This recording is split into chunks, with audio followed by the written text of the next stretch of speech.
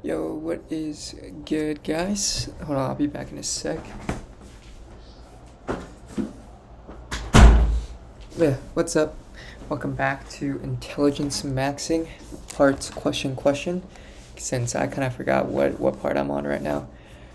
I titled this working on state and local pension write-up. So it's one of the write-ups I have to do for one of my classes, and it has to do with state and local pensions, it seems like. I'm going to take a look at these questions and kind of think about these questions as I read through.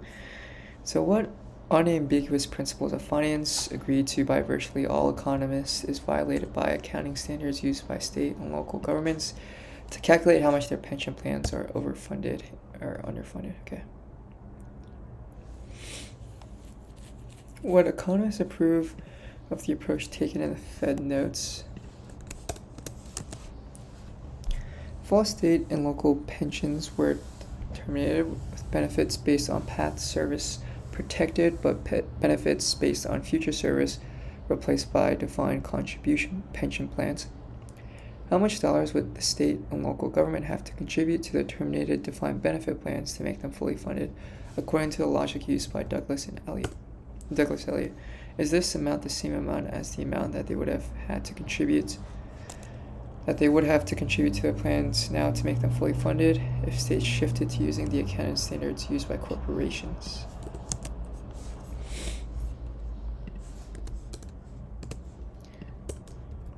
Okay, so consider a pension plan invested in risky assets to meet pension obligation. Define a hypothetical insurance policy put option which pays off the amount necessary to meet the future pension obligations if the risky asset in the plan fails to generate enough value to pay all pension obligations. Define a hypothetical ex post pension surplus call option as the value left in the fund after meeting all pension obligations under certain circumstances when the fund generates more than enough cash flow to meet all obligations. What does put-call parity say about this? How can the approach of Biggs be reconciled with the deficit numbers of Novi Marx and Rao mentioned in the same paragraph? Take a look at the information table 1 on page 8, the reading by Douglas Elliott's. Assume that the as-reported value of liabilities in line 1 is based on a discount rate of 8%. Assume that the duration of the liabilities is 13 years. What implied rate for U.S. Treasury is approximately consistent with the Treasury liability in number 3? How does David Seckel propose to address legal and constitutional issues which make bankruptcies of states different from the other types of bankruptcies, including municipalities?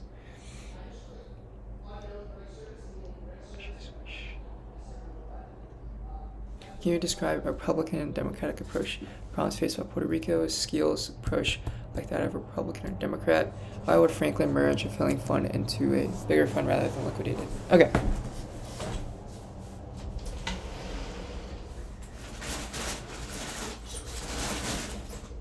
So, got some water with me.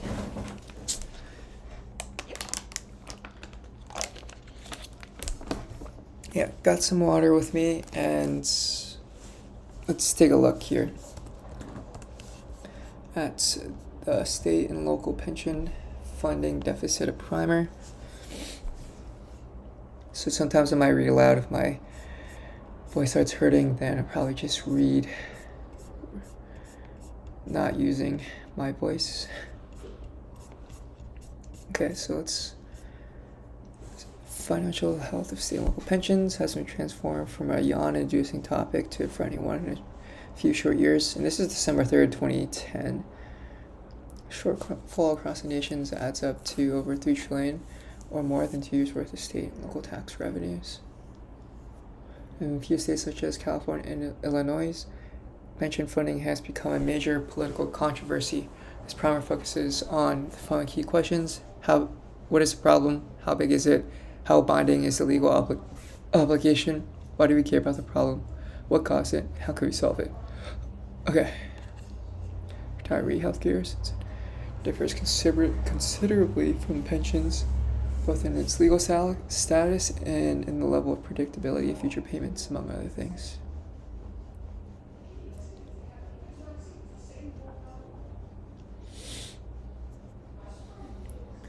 States and localities, like most private sector companies, defer a significant portion of their employees' compensation in order to ensure adequate income in retirement. All right. The great bulk of the deferrals are defined benefits in the public sector.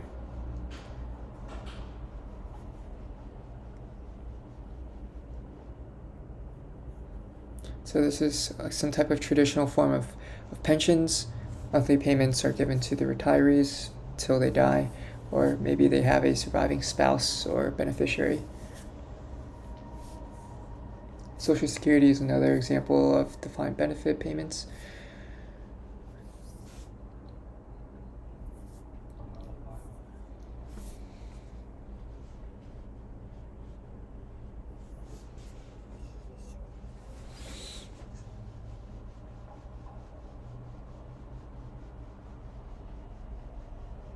So these employees, they defer a specified percentage of their salary to be invested, and those deferred investment income and deferred income is kind of paid out during retirement.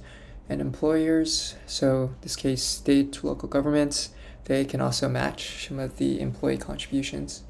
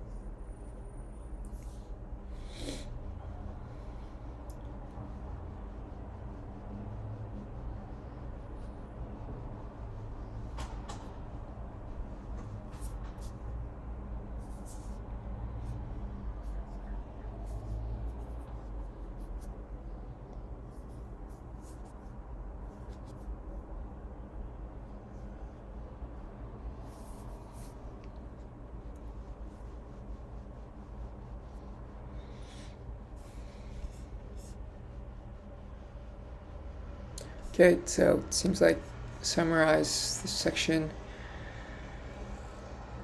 Defined benefits help people save for retirement. People usually don't want to save for retirement, so this is a good way for them to actually do it. And then also the tax, the income that's generated from the income that's put into these retirement accounts are tax deferred. You don't pay income on the capital gains or the actual income passing into the retirement account until you get the benefits itself. There's also the idea of longevity risk.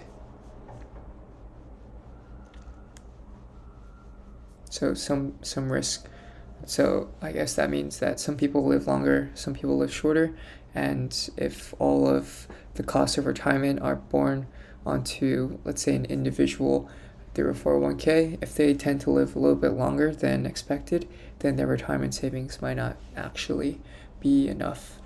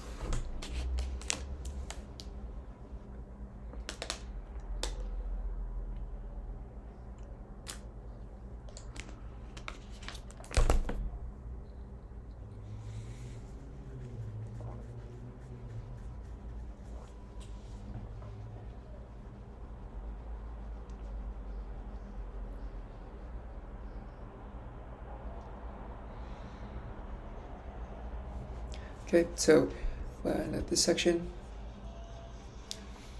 there's different ways that people actually value assets and liabilities. Assets are actually usually marked to market. Liabilities is a different story though, because people may use different discount rates. Also, different pricing approaches. Options pricing, also, I think. Discounted cash flows.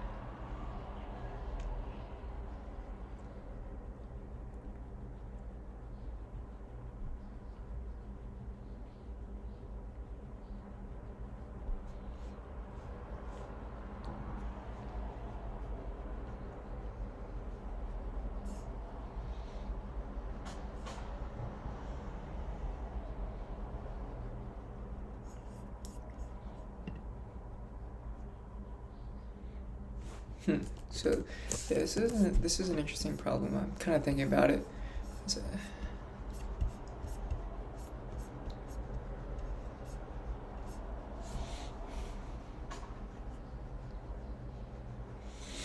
About what portion of the existing problems need to be pre-funded.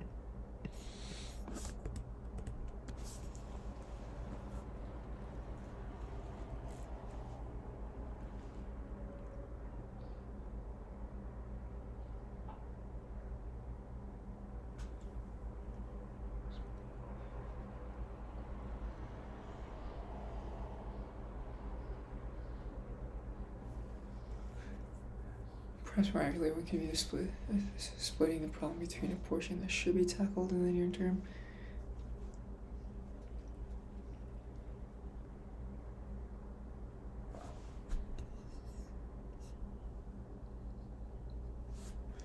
The implicit debt represented by the deficit leaves an overhang of interest accrual similar to the need to pay interest on the explicit debt represented by government bonds. Okay.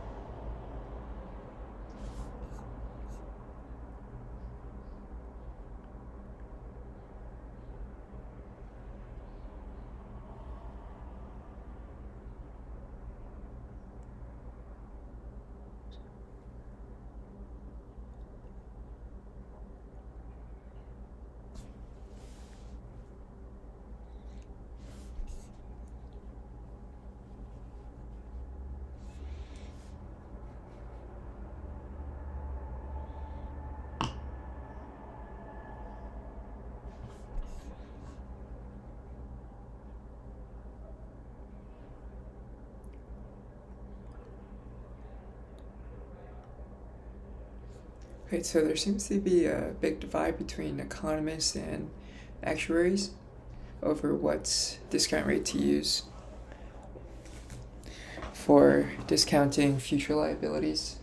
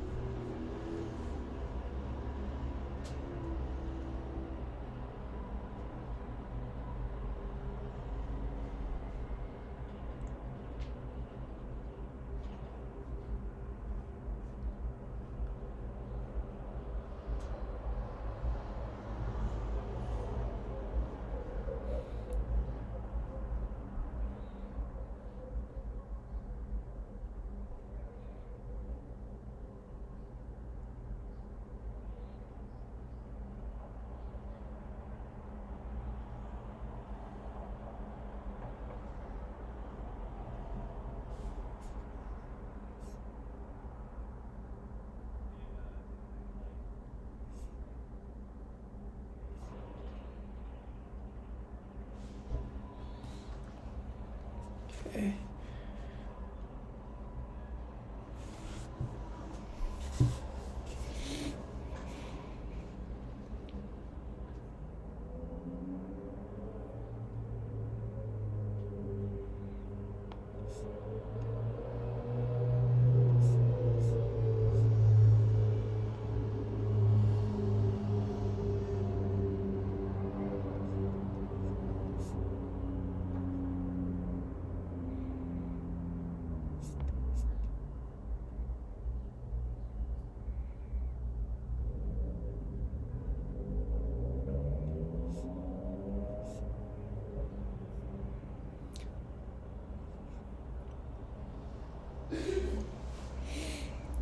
Okay.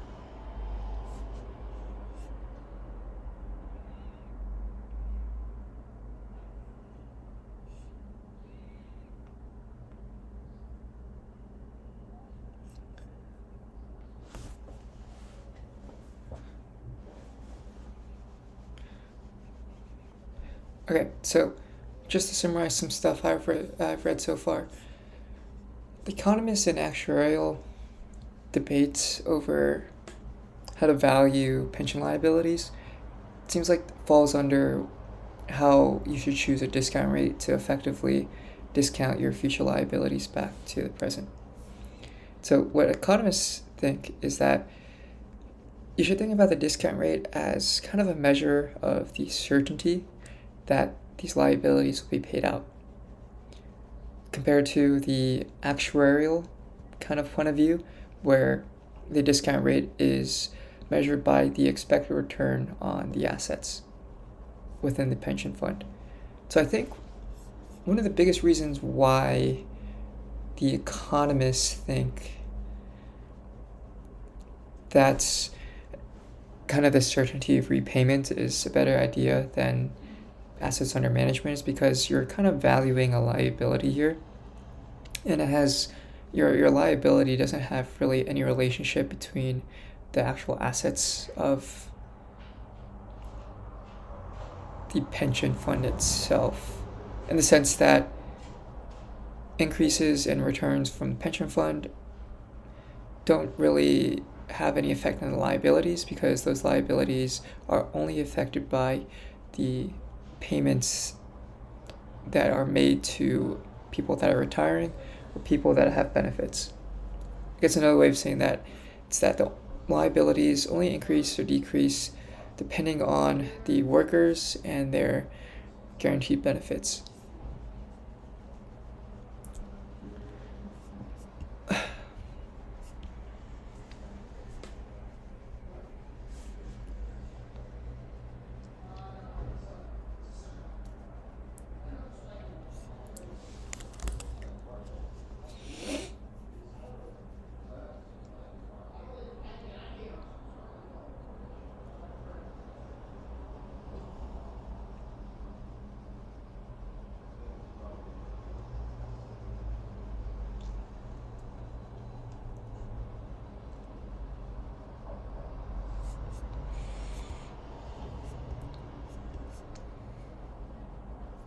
So I'm kind of thinking through about this idea right now, because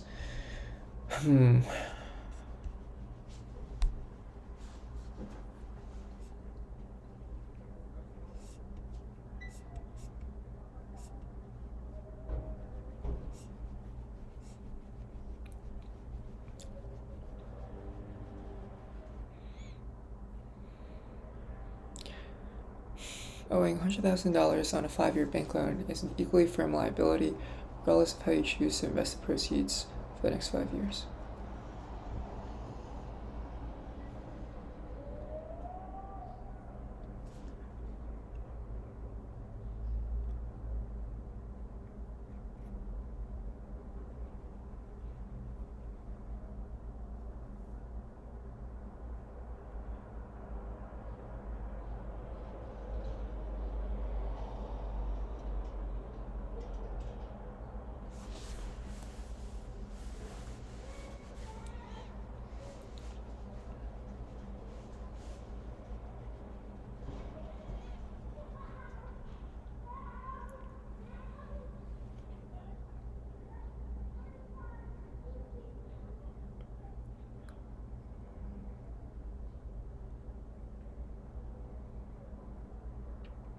Okay, so after doing some more reading, you have the idea of how do you actually,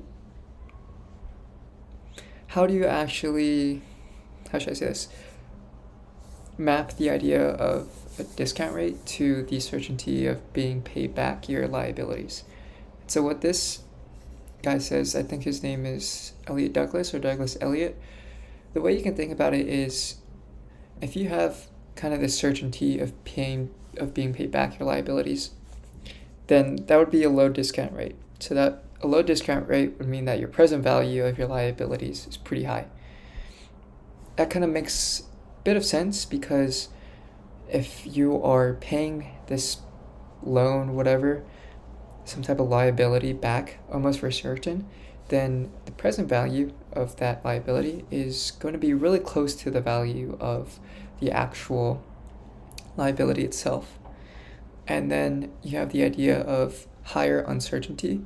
So let's say that, I think in this example, in this article, he talked about a liability towards your family, where you can kind of increase your discount rate because there's more room for negotiations of paying back principal or paying back interest with your family compared to a bank. So with your family, they could be like, hey, look, you've given us $50,000 from a $100,000 loan.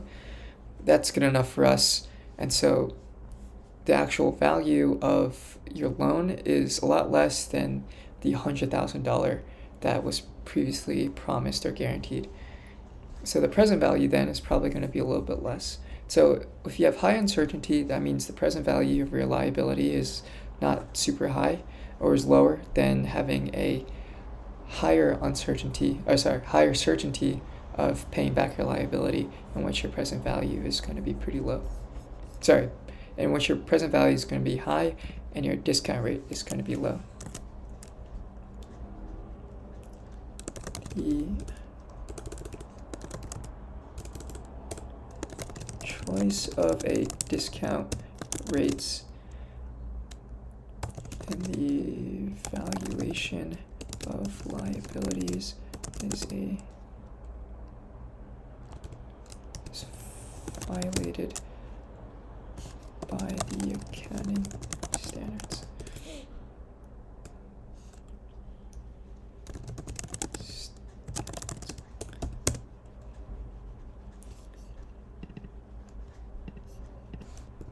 In 2010. So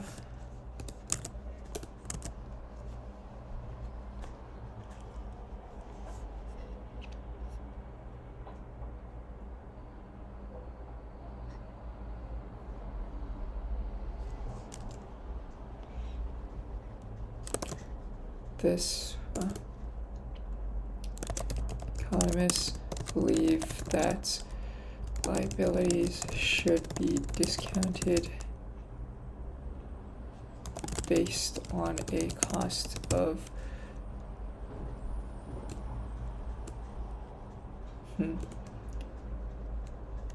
rate that reflects the certainty of paying back the liability while actuaries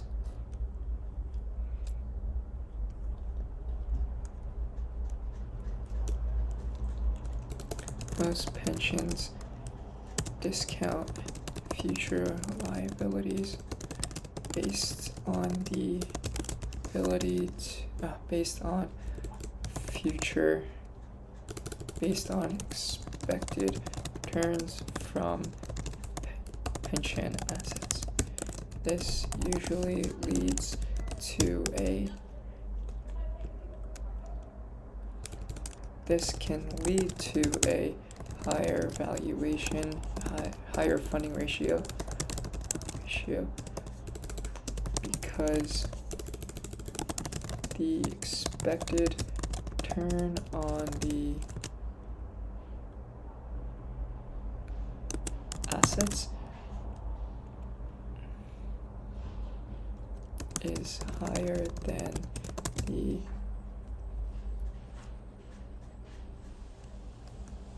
discount.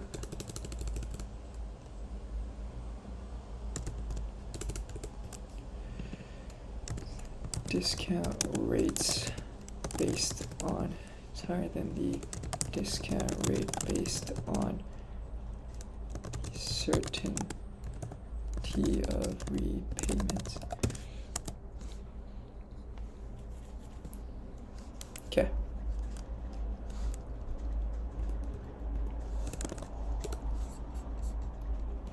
Most economists suggest that the discount rates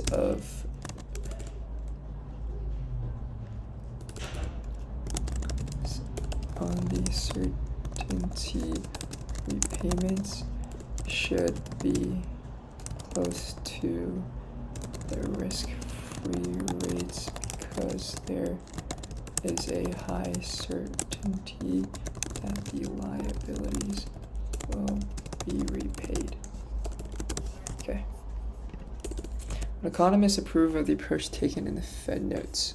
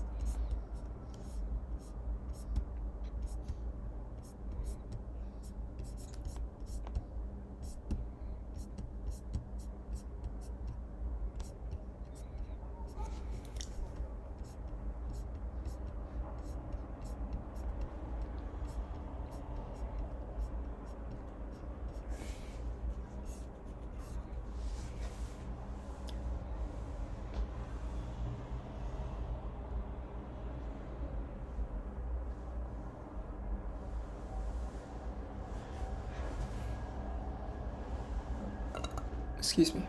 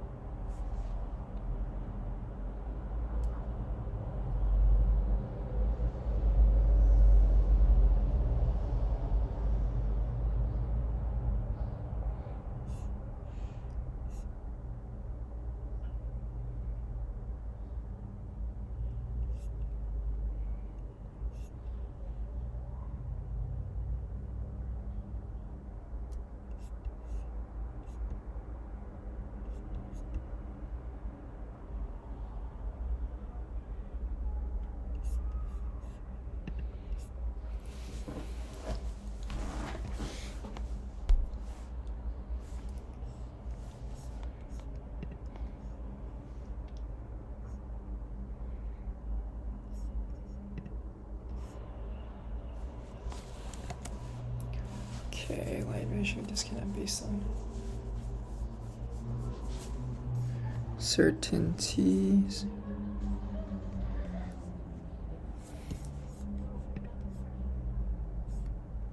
Fed notes.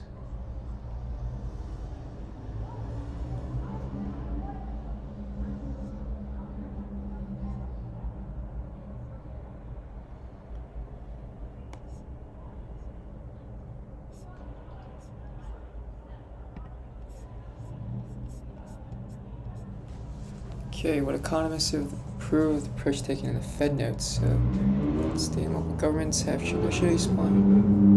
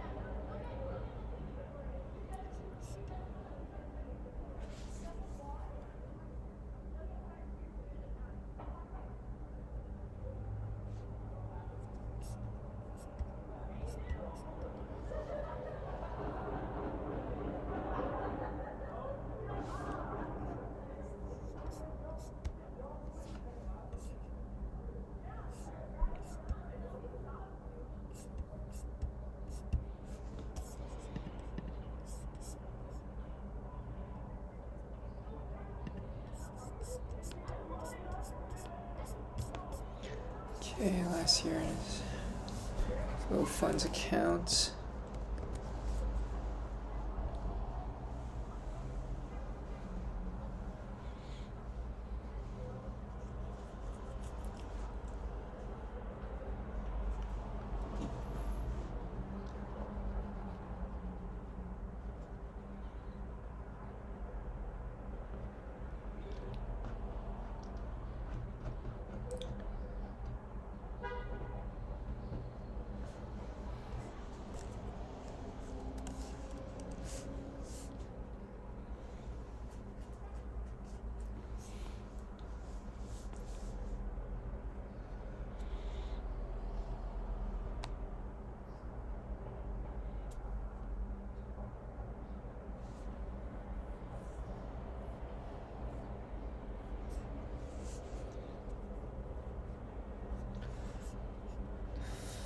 Financial account supports assets and liabilities for both private and public DB pension funds.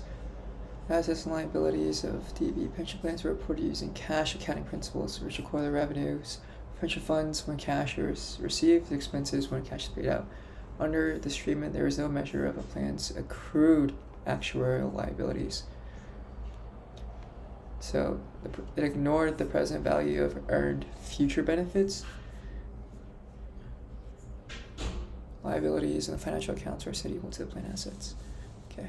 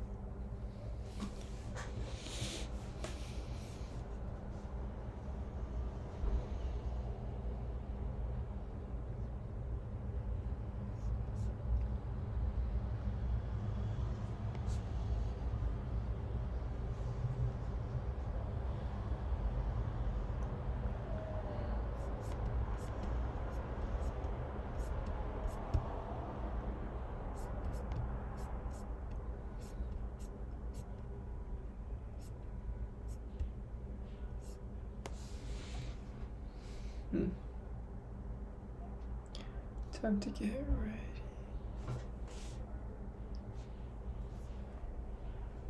Okay, so just looking at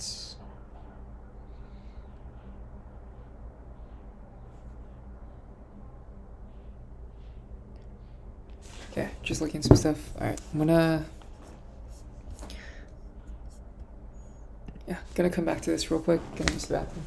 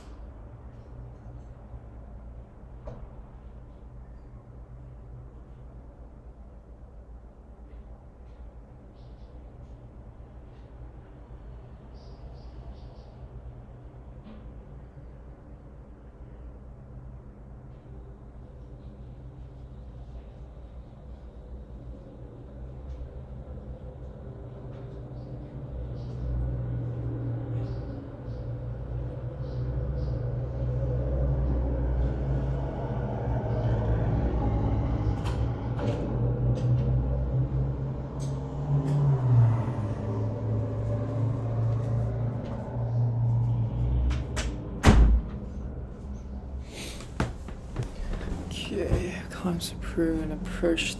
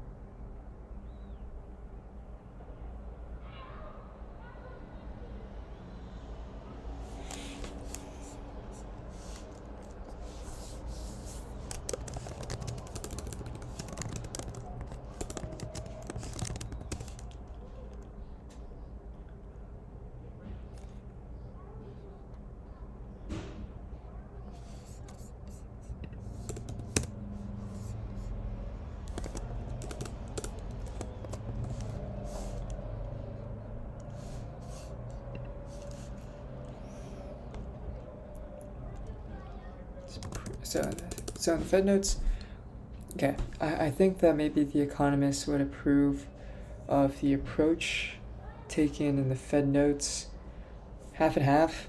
So part of existing defined benefit plans are discount the liabilities using, let's say, like a AAA rated security. So that's kind of a really certain cost of or discount rate for very safe investments. On the other hand, the federal pension plans, that's being discounted back at some actuarial rate of return.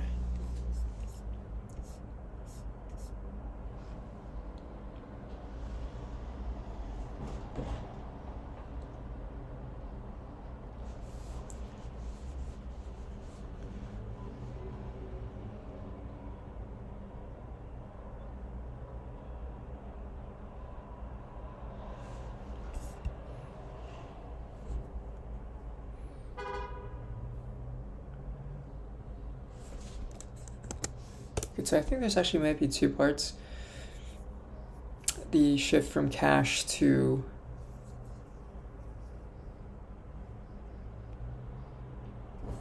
accrual versus, and also the discussion on the discount rate.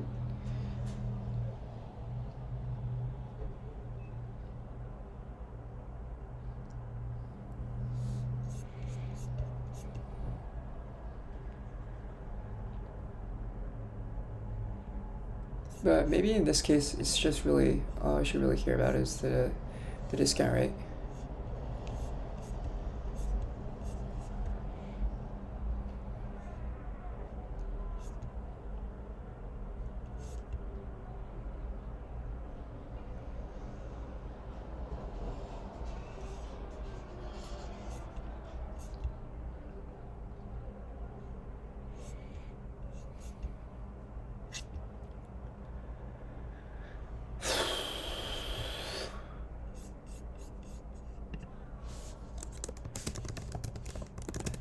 They would agree with the Fed notes, specifically the approach by private and SNL, state and local, states and local pensions, discount their liability by yield on a AAA rated security bond.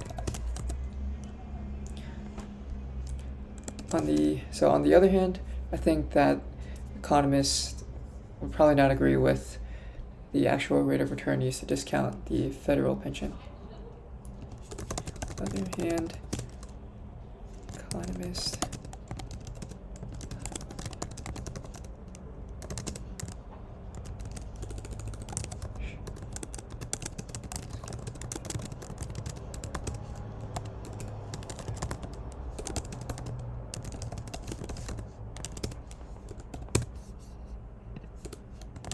ladies, okay.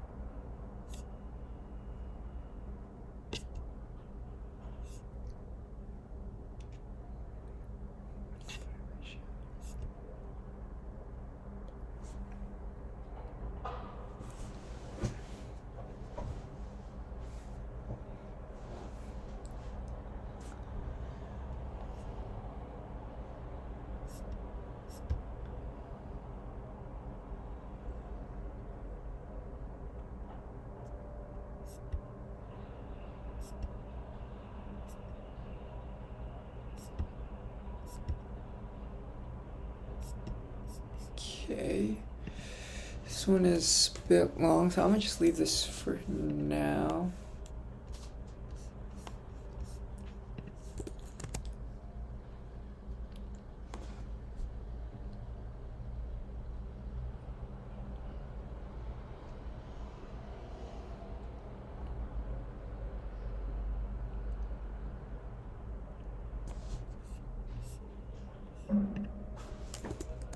Ooh, yeah, this is kind of where it gets pretty hard.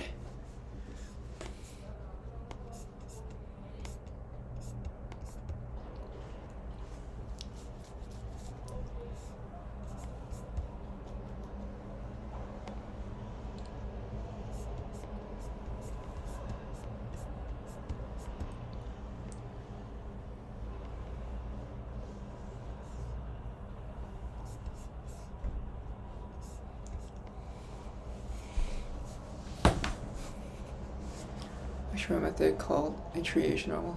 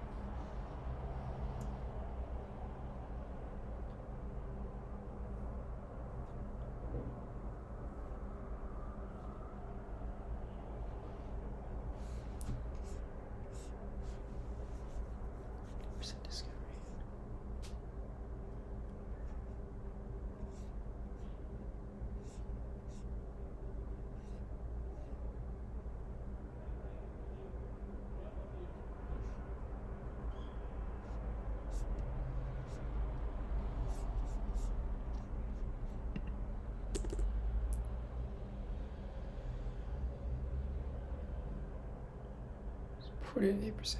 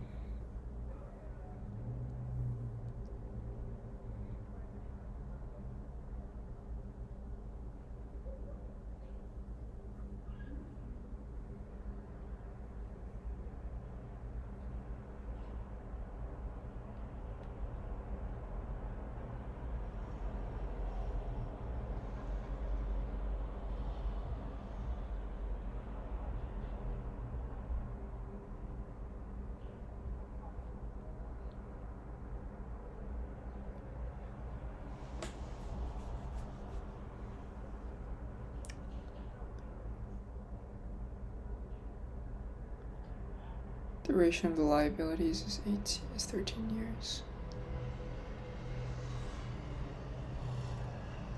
Present value weighted. So how can I approach this? I can approach this by maybe trying to estimate the future cash flows of the liabilities. Alright, so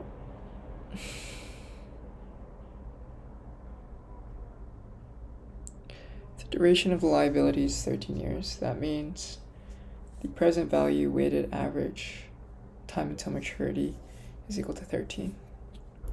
If it's a zero coupon bond, then it'll just be exactly 13 years.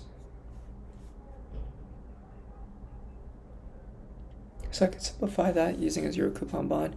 If it does have cash flows, let's say every year,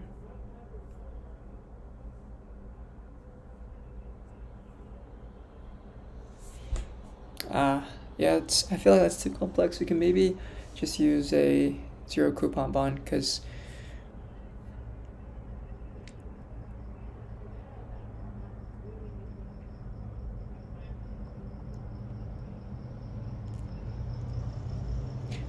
yeah, let's see.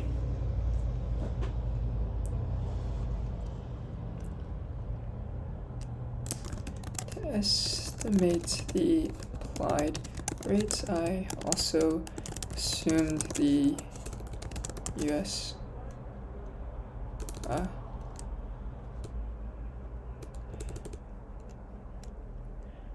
approximated the future value of the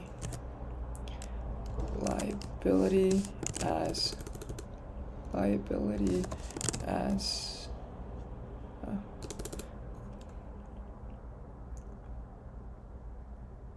a zero coupon bond, so that the maturity is equal to the duration, 13 years.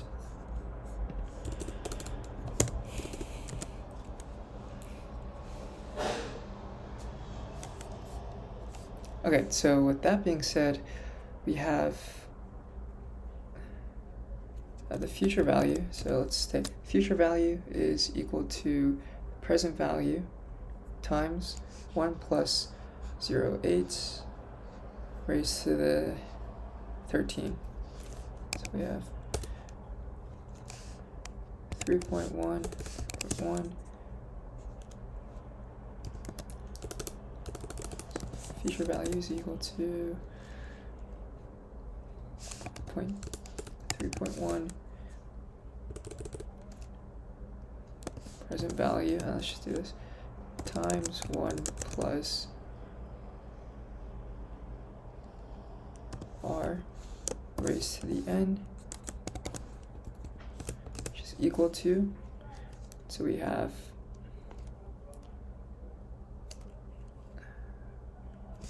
3.1 times 1 plus 0.08 raised to the 13th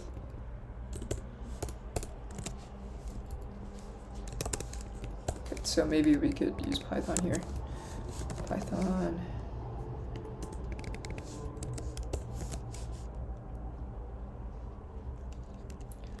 So PV is equal to 3.1. Discount R is equal to 0.8 and is equal to 13. FV is equal to PV times 1 plus R, and then we raise this to and print feature value is equal to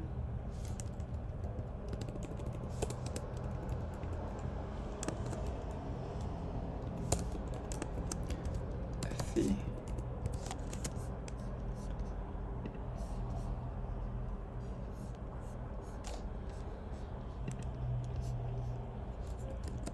Which is 8.4. All right.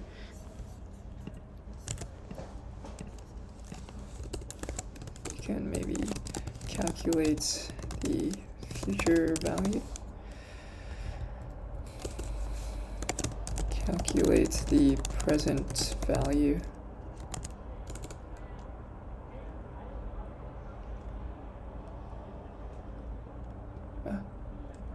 The discount rate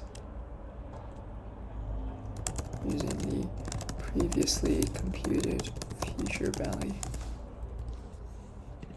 Okay, so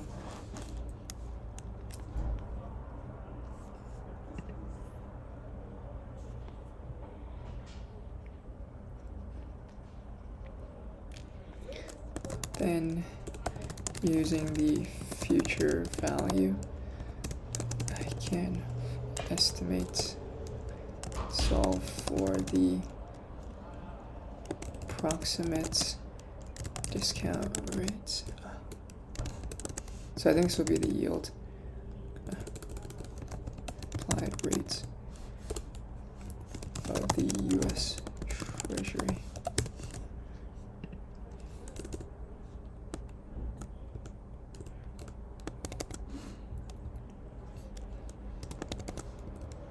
Okay, right, so we have the idea of, so once we have our future value, then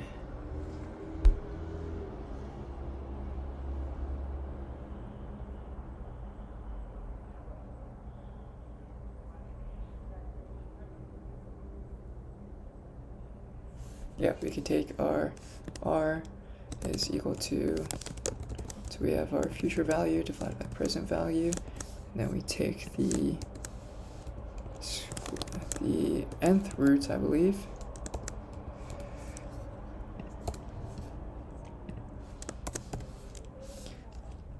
Then we subtract 1. Okay, and this is equal to, so we have, this is equal to, so 8.4 divided by to AS, then present value using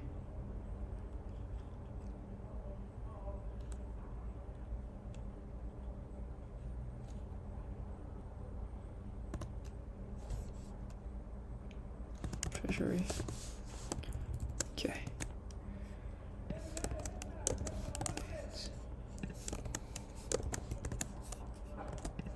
Yeah, okay, that's better. So 8.4.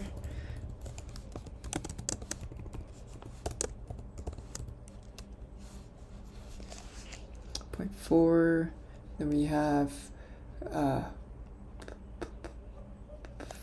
4.4. It's the present value.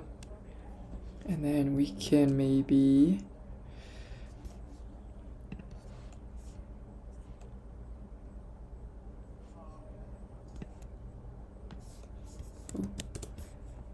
maybe like this.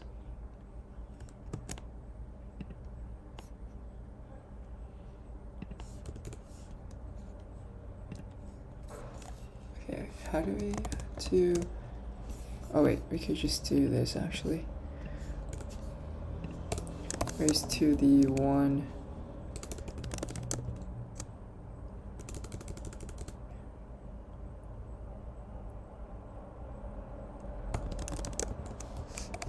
over n. Yeah, I think this is good. Slash left slash right. There we go. Okay.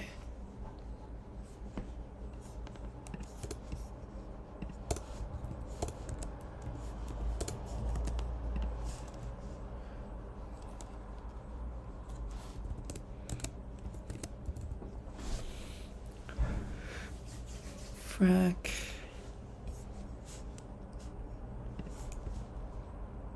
left, right.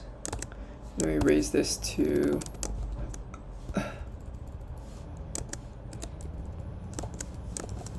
1 over, I believe it's 13.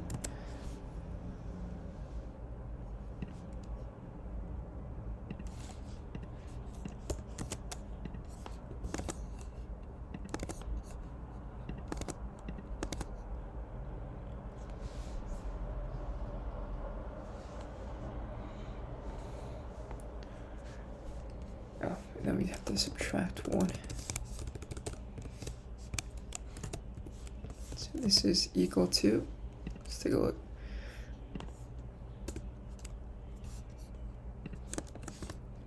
PVT.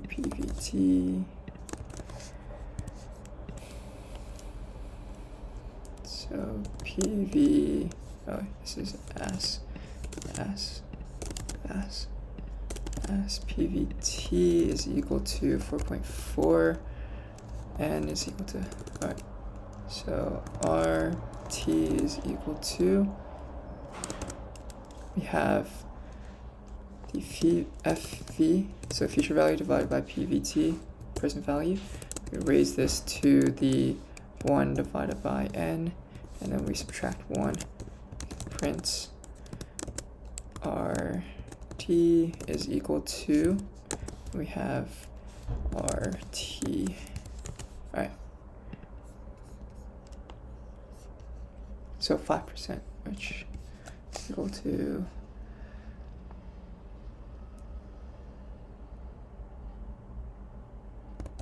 1%.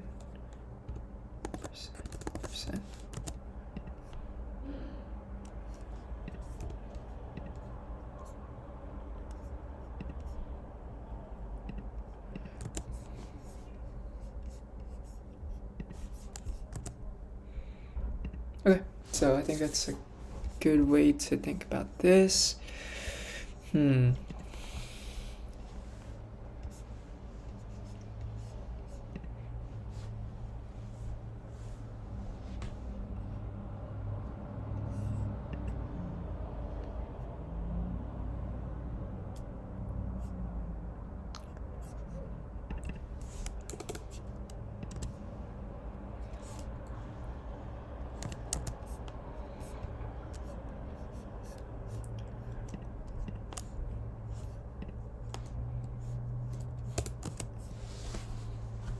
Define a hypothetical, oh my god, yeah, this one's pretty hard.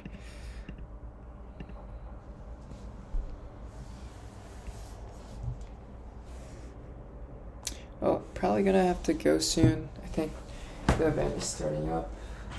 I'm gonna use the bathroom real quick.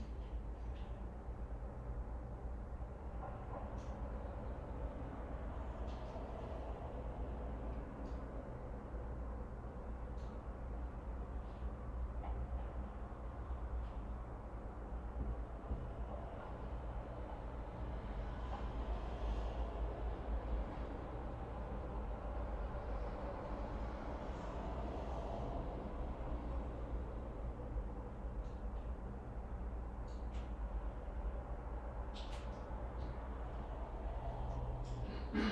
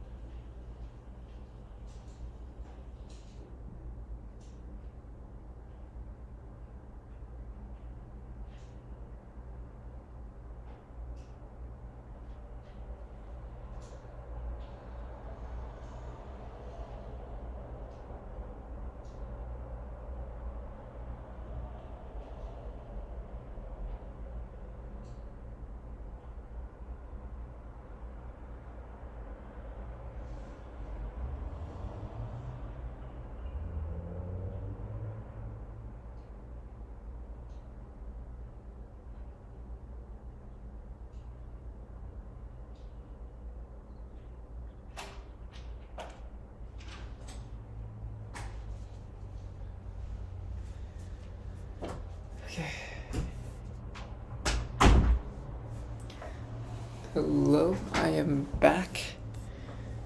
I'm gonna turn on one of the lights.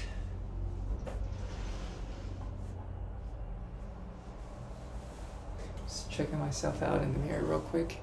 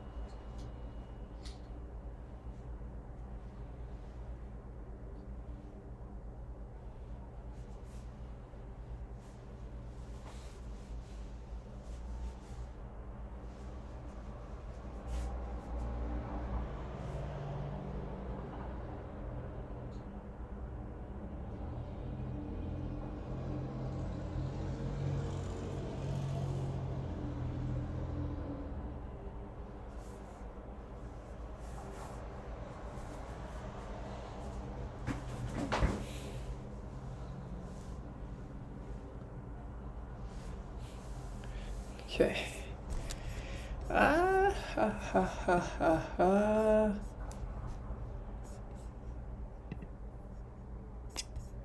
Let's see, what do I look like right now? Alright. This actually doesn't look too bad. Nice hairstyle. Got my thing dangling though. In the corner over here. But yeah, doesn't look too bad. Got a big ass forehead. Big ass forehead. Okay. Enough looking at myself. Let's get back to this. So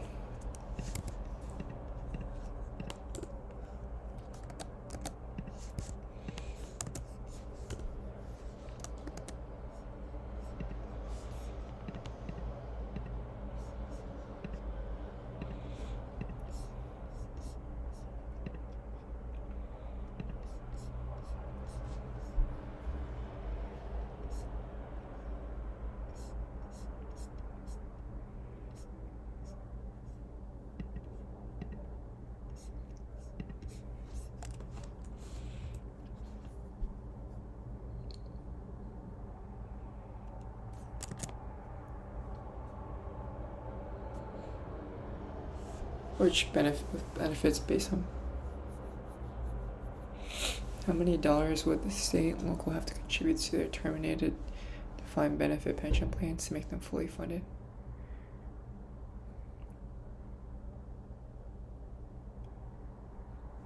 Operations.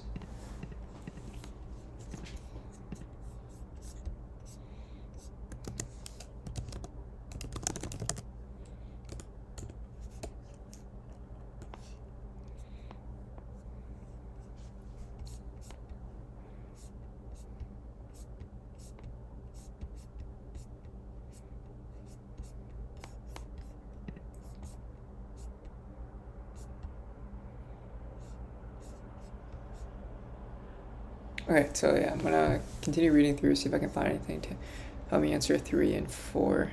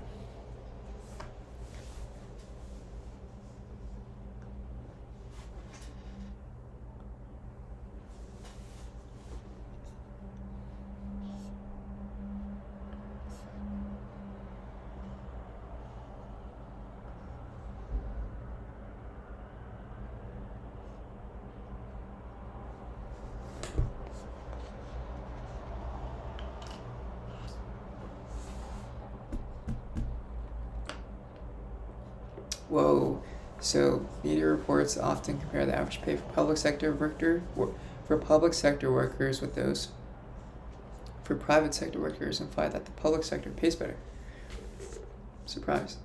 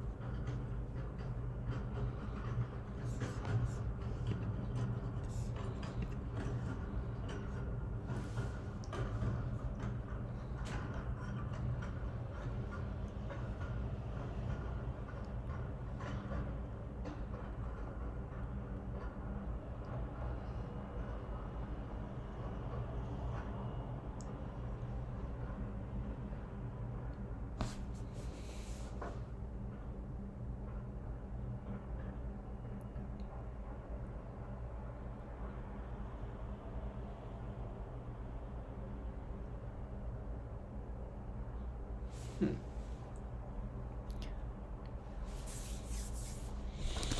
So maybe I could say that the amount of dollars that state and local governments would have to contribute to their terminated defined benefit pension plans.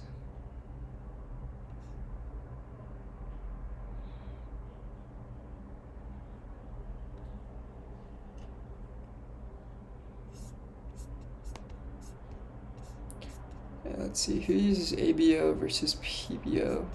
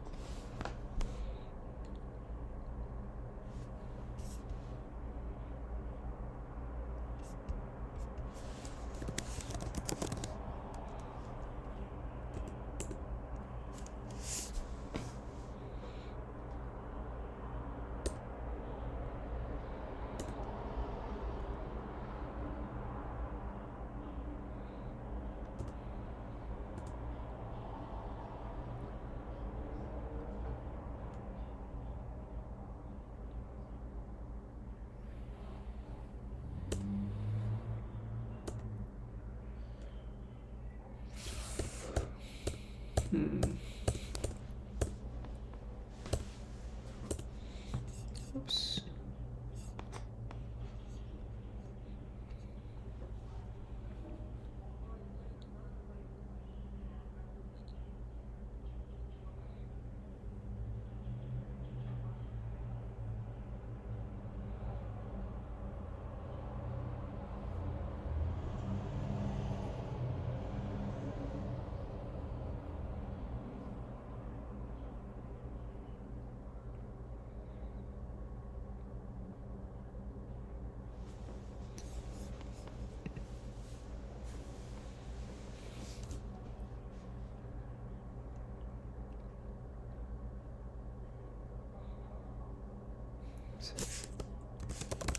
Think and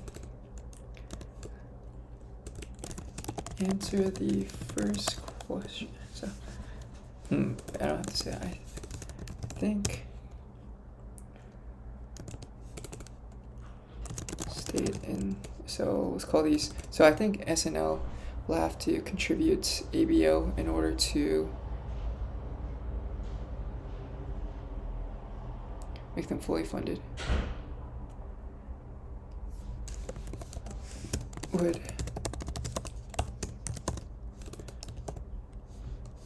So I think Douglas Elliott would suggest state and local governments need to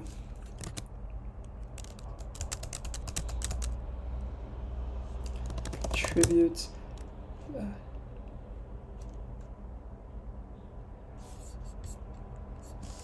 so I think it's accumulated benefits.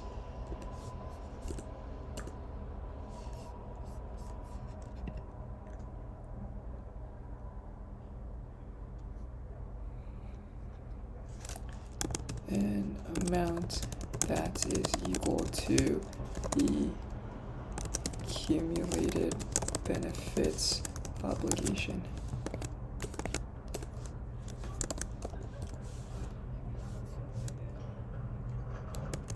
States and local pension funding deficits.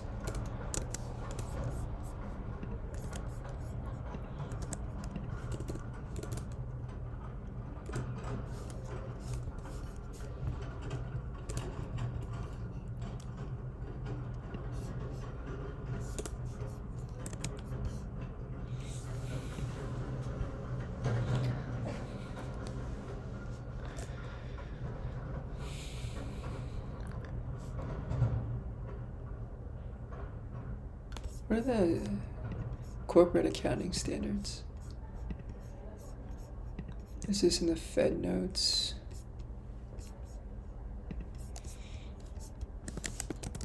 Okay.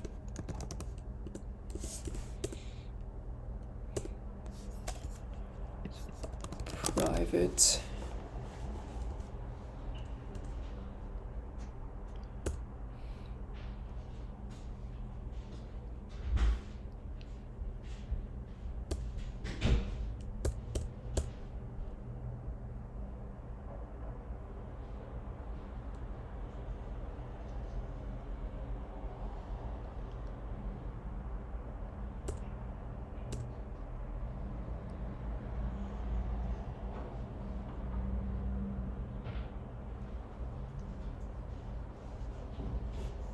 States shifted to using the accounting standards used by corporations.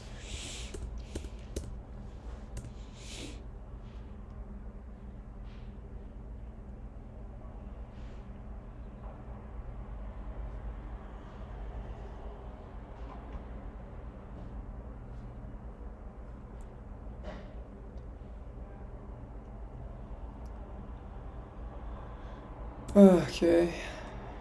Not too sure exactly how to answer this one.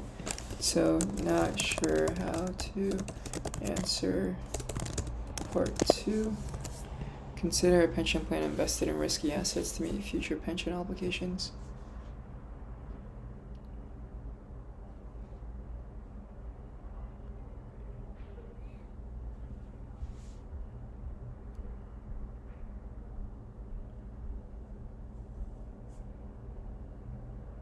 Okay, so what is the pit?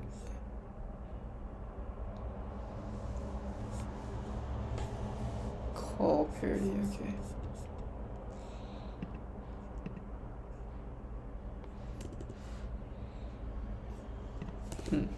Maybe take a look at these questions.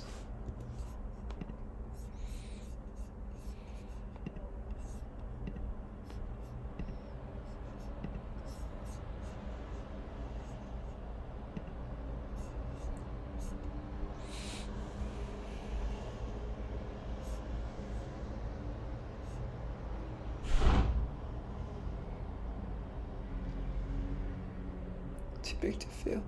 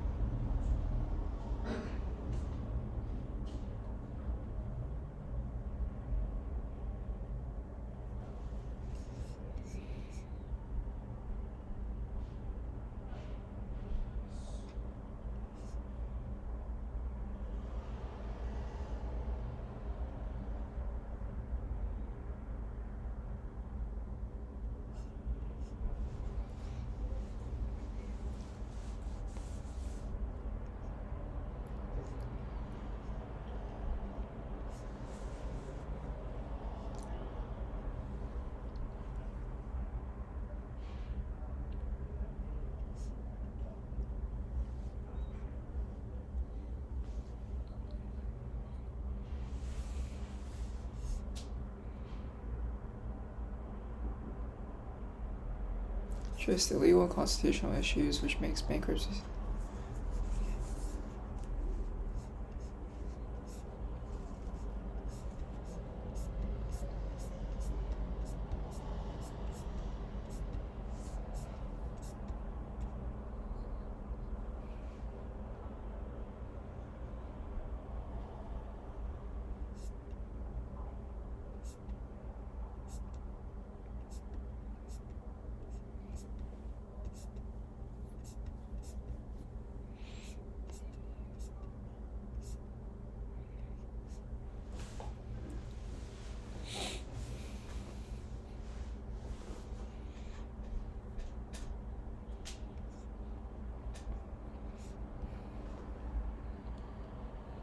Man.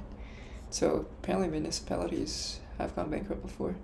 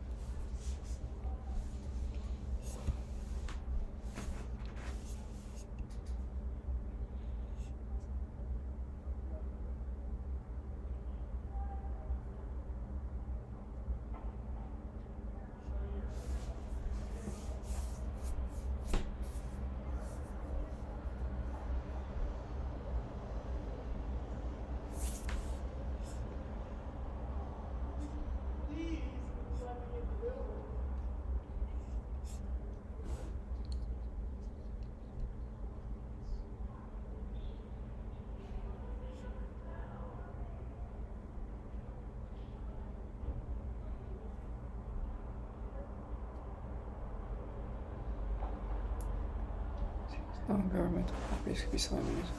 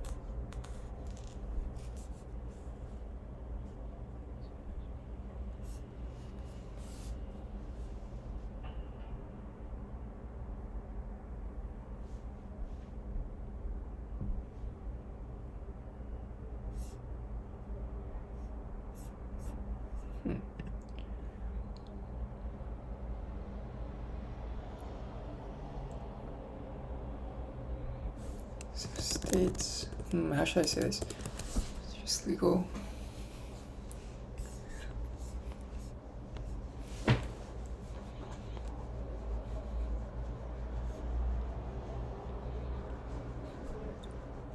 So maybe California is in a unique position because a lot of its creditors are bondholders and unionized and its public employees.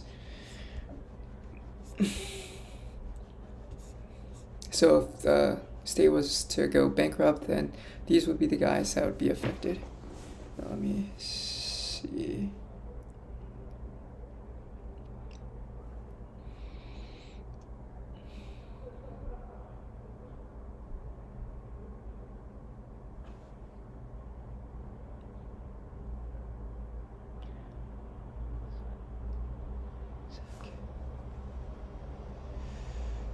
Oh man, I'm like, my mind is kind of shutting down right now. It's been an hour and 40 minutes. So I think what I'm going to do is I'm just going to finish this one question and then maybe take a look at some of the other questions for the next write-up and then call it there. So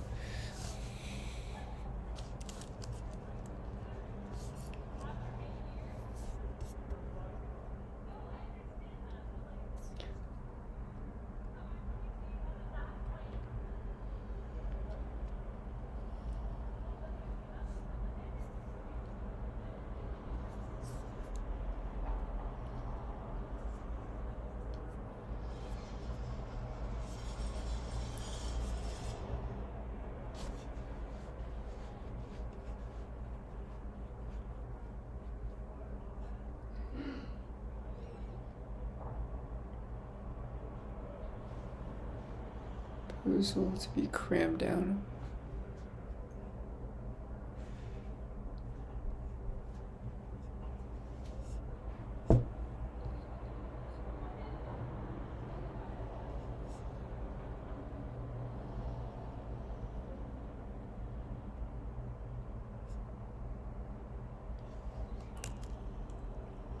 Okay, so there's a few things to think about here. States have maybe public properties that they could sell as assets, and maybe different types of assets within its pension fund, and also future pension liabilities that maybe you could dip into and also kind of decrease the amount of liabilities. Then you also have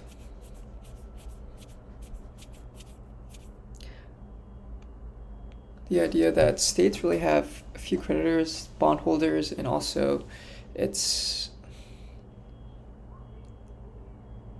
union workers. I guess union workers are kind of crediting or giving away some of their income for future guarantee. So how does David Skeel propose to address legal and constitutional issues different from? So maybe we can define the legal and constitutional issues, and then how do you propose? So, right.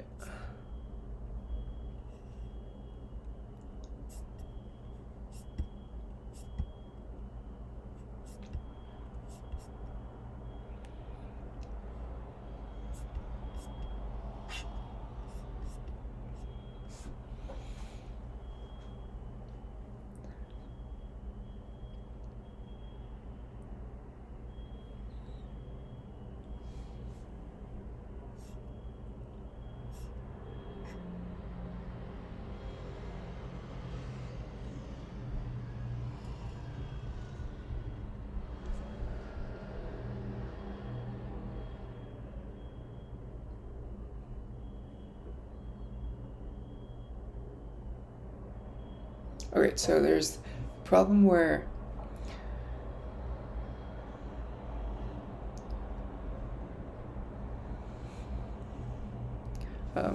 okay, so I guess having government, oh man, my head, it's not going too well.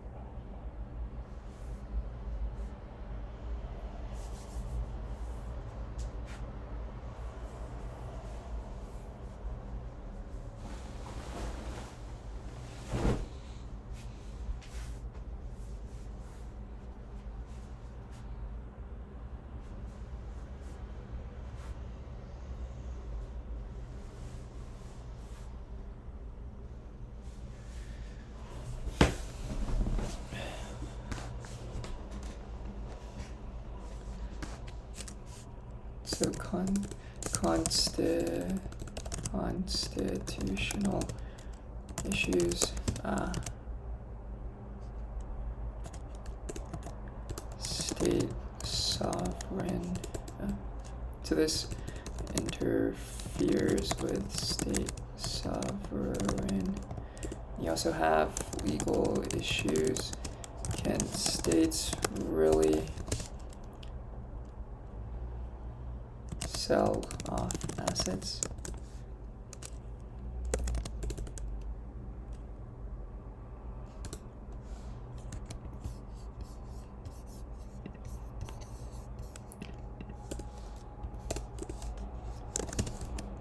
Okay, and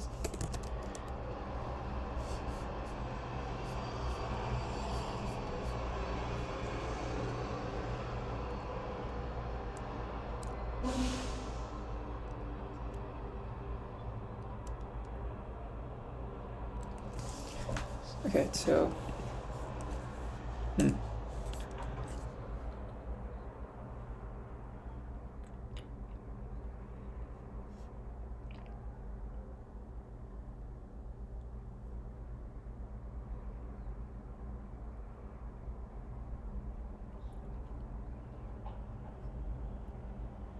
So interferes on a constitutional level. There are arguments that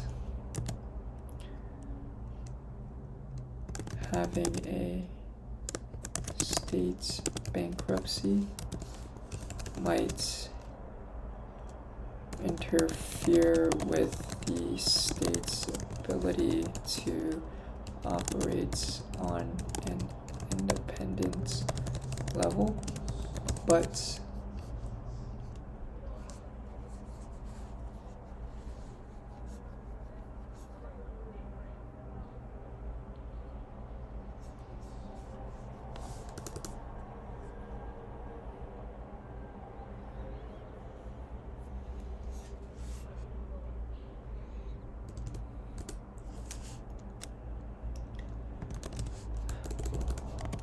which Skill proposes that it could be mitigated by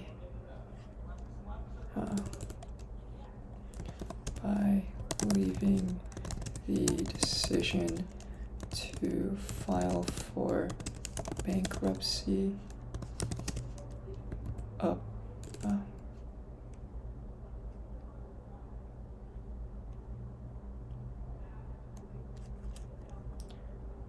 to the discretion of the state. So on a legal level, the restructuring process for states. So the restructuring process for states could be more difficult compared to a municipality or a corporation.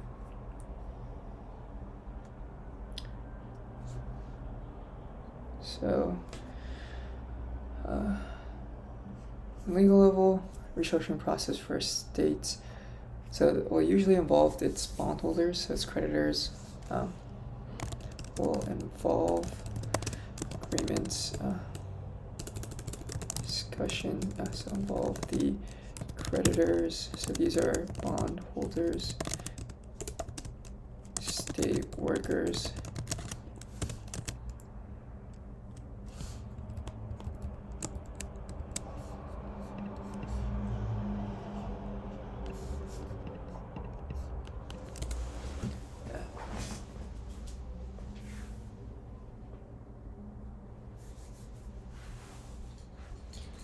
come back in a sec.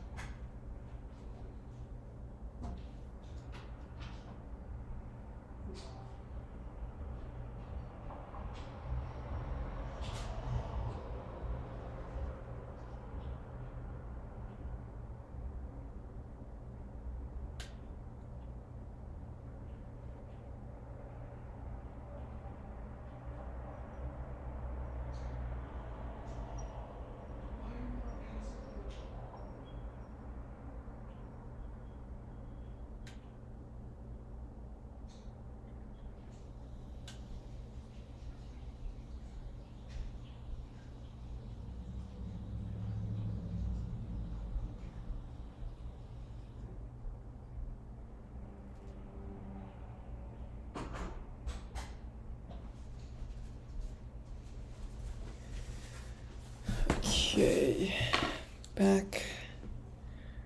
So, first state will involve the creditors, bondholders. States might be limited in its ability to sell off assets to pay its creditors, but may have higher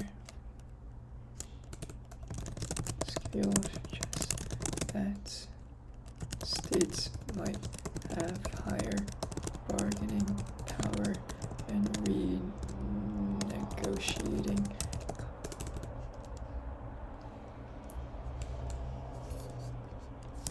contracts with its creditors. Okay.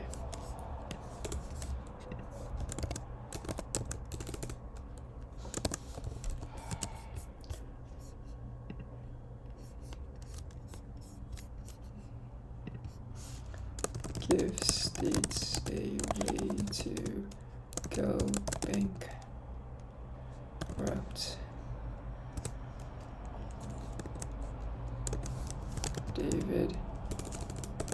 David Skeel. Okay, so with that being said, I think I'm probably gonna end the stream here. I'm gonna go probably probably gonna go get something to eat and then head over to the event. So see you guys for now.